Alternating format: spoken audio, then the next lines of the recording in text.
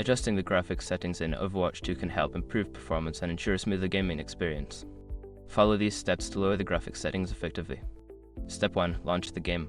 Open Overwatch 2 on your gaming device. Wait for the game to load completely before proceeding to the settings menu. Step 2. Access the options menu. Once in the main menu, look for the gear icon or options button. Click on it to enter the settings menu where you can adjust various game settings. Step 3. Navigate to the graphics tab. In the options menu, find and select the graphics tab. This section contains all the visual settings that you can modify to enhance performance. Step 4. Adjust graphics settings. Review the available settings such as resolution, texture quality, shadow quality, and effects quality.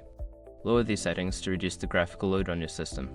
For example, set texture quality to low and disable any unnecessary effects. Step 5. Save and exit.